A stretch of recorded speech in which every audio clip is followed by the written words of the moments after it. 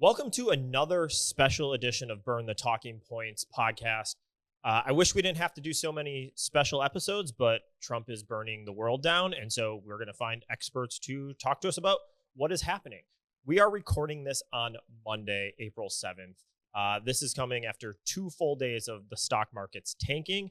And actually this morning they tanked and then they went up based on a rumor. And then the White House said, just kidding, we're not going to negotiate on tariffs. And now the stock markets are tanking again. So that's That's a technical term, right? Yes, technical term is tanking. And so that is the context in which we are going to talk to Comptroller Lierman, the person who is responsible for every dollar in and every dollar out in Maryland. And so there's no one better to talk to than the person who understands our economy probably more than anyone in the state right now. So let's jump straight into it, Comptroller Lierman. What does this mean for Maryland, for families? Can you give us the 30,000 foot?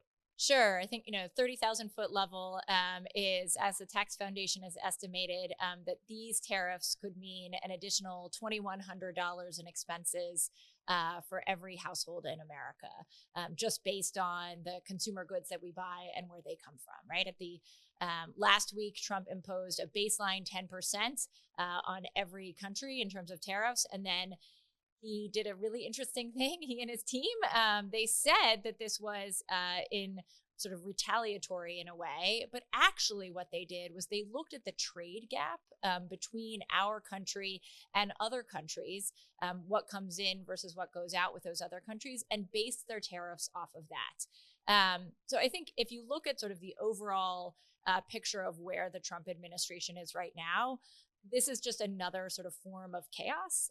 They rather than tailor the specifics, something specifically to what needs to be done, or tailor the solution to the problem, they throw a big bomb out and see where the pieces may fall. And it's the same thing that DOJ has been doing, right? They go in, they say, we're going to cut 10,000 positions, and lo and behold, it turns out they cut positions of those who guard our nuclear codes, right? And then they're like, oops. Here, I think economists and businesses are waiting to see if Trump doesn't oops, but it sounds like he's not going to, right? Which is why we saw the stock market fall again today. But I mean, on that oops, though, it's bad either way. If he backs up and says oops, didn't mean to, he just crashed the economy for several days. But he did mean to. And people are confused. But if he doesn't, the tariffs, the way they're designed, are bad. And businesses and consumers need certainty. You need certainty, and we don't have it right now. So these tariffs, everything from 54% tariffs on some countries. By the way, by doing this in how they did it, he ends up imposing a 54% tariff on a country like Lesotho, right? A small landlocked country in Africa that is too poor to import any American goods, but which sell us Levi jeans and gems and stuff. And now their economy is going to be crippled as well, right? So he has done this to folks all over the world. What it means is that I think, if we will see countries around the world banding together and working together because they can no longer count on us, just like we've seen them do vis-a-vis Ukraine. So this will mean a huge amount of increased expenditures for Americans. Americans will then result in less buying. They will buy less. It will hurt our small businesses. It will hurt our families, and it will hurt the Port of Baltimore. Yeah, talk to me a little bit about the Port of Baltimore. I saw a story in the banner with the headline around Port of Baltimore, but I know you are very involved with it's first your old district, but also as comptroller, the Port of Baltimore is a massive economic engine. Huge economic engine. Talk to us a little bit about what this means for the Port of Baltimore. Sure. So last year, the Port of Baltimore handled 750,000 cars and light trucks, the second highest in the nation of any port. And that means that, and I think over 85% of were imports and will be affected, therefore, by these tariffs. And that will mean fewer Marylanders and fewer Americans, because these are all going all over the country, fewer Americans buying cars because there will be tariffs imposed on them and they will cost more. It will mean in the long term less traffic at the Port of Baltimore, fewer imports, which will have an effect on our port workers, on our longshoremen, and on all of the trade around that as well. So it really ricochets. It doesn't just trickle, right? The effects of these tariffs will ricochet throughout the economy, causing chaos and decreasing people's wealth. And I think some things we're going to see quickly, some things we are going to see over time. Things will slowly increase in price. Things will increase in price quickly. Yep. Some people will lose jobs immediately. Some people may lose jobs in, 6 months, 8 months, 10 months. And I think we're starting to see that kind of ripple throughout Maryland and the economy now. Yes. And I think what you hit on before, the uncertainty is, that seems to be the word of the day. No one knows what's going on. Yeah, well, and I mean, I think, people now are starting more and more frequently to use the R word, recession, right? Because when we see tariffs come in, inflation will start rising again. People will not be able to spend, and jobs will decrease, GDP will decrease or stagnate. And, I think inflation, if and when it happens this year, will hit Americans differently than it did in 2022. Because in 2022, wages were still going up. Families had saved more during COVID than they had in decades, but now all that's gone. And wages are not going up like they were. And so when inflation happens, coupled with the tariffs that hit, it's going to be really devastating for American families and for small businesses. Yeah, well, that's not great. It's not good. This is really bad. And if you're a retiree right now, living off of your savings and living off of what you have in your 401k, it's devastating. Seeing every day when your buying power goes down is a devastating day for you. Yeah, this seems to be a recession of choice by Donald Trump. This did not have to happen. Look, I'll be the first to say we should be taking a harder stance with some of countries around the world in terms of our trade negotiations. But they're negotiations, right? You don't throw a bomb and ruin our entire economy to try to get your way. It doesn't work. And it ends up hurting American families and small businesses in the way. So let me give you the Republican spin that I'm hearing. And I want to be really clear. I am a partisan hack here. I have absolutely no faith in any of these folks who, 3 months ago were experts on COVID. And 3 months before that, they're experts on why students don't deserve debt relief. So some of these Republicans here are saying it's actually great that Donald Trump's crashing our economy because it's going to lower interest rates. And therefore, lower interest rates are great for everyone. Why is crashing our economy a good thing? Crashing our economy is never a good thing. Like I said, these Republicans, they have constituents who are retired. They have baby boomers who are retiring. They are counting on what's in their savings and in their 401k. They also have small businesses in their districts who will no longer be able to have access to the goods that they've sold. I was listening to the radio the other day about a small business owner who sells, kids' toys and things for maternity needs and breast pumps, and all of those parts come from overseas. And she's just not going to be able to get them anymore and sell them at the price that she used to. And they're going to have to raise prices for everybody. So this is not good for our economy. It is not good for small businesses. It's not good for retirees, and it is not good for families. And at the end of the day, we're not going to get anything out of it. When we are taking a stance like this, it will cause other countries to form alliances with each other and not with us. I mean, China, Japan, and South Korea Yes. just formed that's insane. Yes, we will be boxed out. That's crazy that we were able to force China, Japan, and South Korea into an alliance. Yes, it is. Yeah, it's so I'm very concerned about what these tariffs mean for Americans, for for families, for small businesses, and certainly for the state of Maryland. So let me ask you about something that your office is doing behind the scenes. You do a lot of reports about the state of the economy, the impact immigrants have on the economy, just childcare, many things, and how it interplays with the economy. Yep.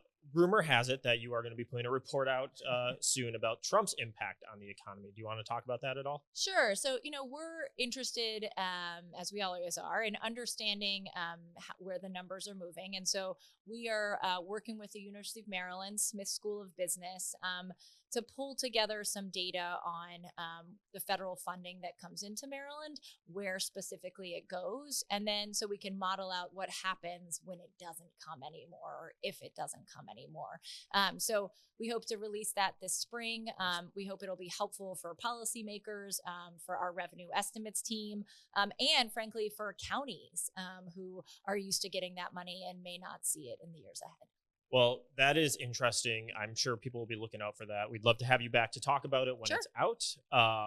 So before we go, this was just a quick special episode because honestly, no one really knows what's going on fully right now, and there's still a lot of shoes to drop. Yep. But it's really important for our listeners to like understand what we do know and what we're waiting on.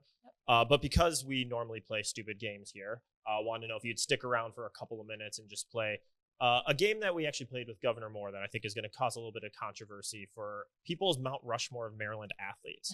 Would you be willing to play that game? Sure, happy right. to. So, especially since it's Final Four. Yes, it is Final Four. No Paige Buckers. Yes. Do you have a favorite for I think the men's championship is tonight? Yeah. No, Maryland's not in it, so whatever. I had Auburn as my champion, and they lost.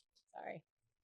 It was close. Yeah. So I'm gonna go through these, and then as soon as you get the last one, you're gonna get 2 minutes to talk us through who your Mount Rushmore is. Okay. So I'm gonna read them out and then hand them to you because this is also an audio medium, and we need to make sure the folks listening know who we're talking about. Got it. And then we'll start the clock as soon as you get the last one. So Okay. you only get 4. Okay. Who are your top 4? These are people who either played for Maryland teams, went to University of Maryland, or are from Maryland. Okay. Ready? Yep. Ed Reed, Angel Reese, Brooks Robinson, Michael Phelps, Johnny Unitas, Dominique Dawes, Sugar Ray Leonard, Cal Ripken Jr., Brenda Fries, Jessica Long, Ray Lewis. There's a lot. Yeah. Lamar Jackson. Honestly, just creating the list of like 20 to pick from was really difficult. Seriously. So picking 4 is going to be fun. Kevin Durant, Babe Ruth, final 3 here. Katie Ledecky, Daryl Green, which I said last time I put on just because we needed someone from Washington. Yeah, and that's great. Fine. And then Wes Moore. Love it. Love it. Your 2 minutes starts now. Talk us through who are your top 4. Tell us who you're kicking off, who you're for sure including, and we'll go from there. Okay. Anyone you know for sure you're definitely not including right off the bat. No, let me think this through. Okay. Well, I think I'm going to start. It's really hard to pick between Cal Ripken and Brooks Robinson. You can pick both. Well, there's too many other options though. I think I'm going to have to pick Cal Ripken just objectively. Also, I have a sort of personal tie. When he broke the record, Lou Gehrig's record, I wrote an op-ed, a sports column in my high school newspaper called "Gehrig Still Shines in Ripken." And it won Sports Column of the Year in America for a high school newspaper. That's great. How crazy is that? Yeah. Does Cal Ripken know that? I doubt it. We're not close personal friends, but I was really proud of that, and so next time you go to an O's game, you should have a copy in your pocket in case you run into it. Yes, I'll just keep it around my high school. Yes. Let's see. I think I'll go with Katie Ledecky. Okay. She has broken so many barriers, and I think she grew up in a neighborhood next to where I grew up in Bethesda. My daughter has really admired her. I will say my daughter, who is 7, thinks that she is the next Katie Ledecky. And she could be. She can sort of flutter kick. So I'm a big Katie Ledecky fan. Okay, so we have Katie Ledecky. And also, if we didn't include anyone on the list, feel free to include them. Sure. Your gut saying must be. I will.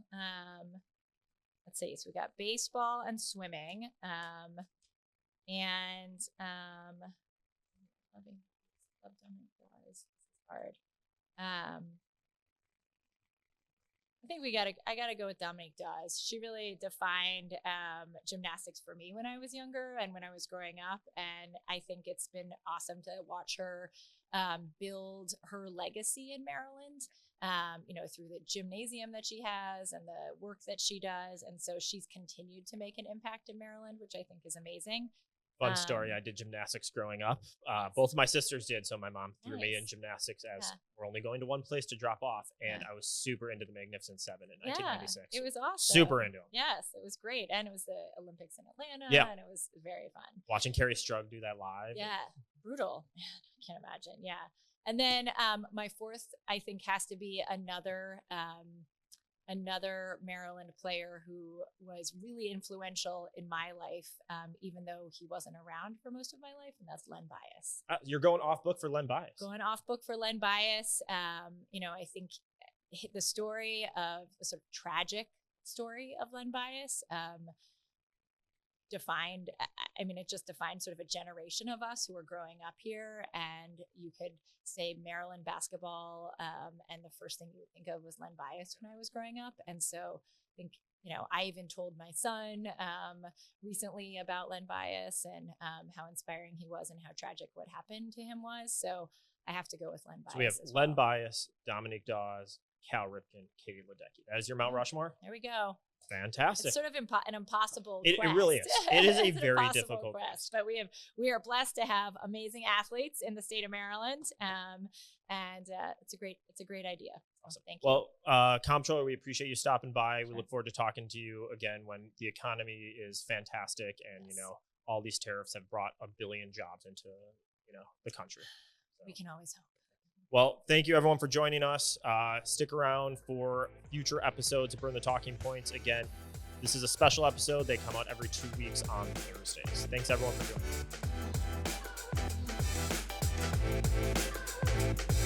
joining.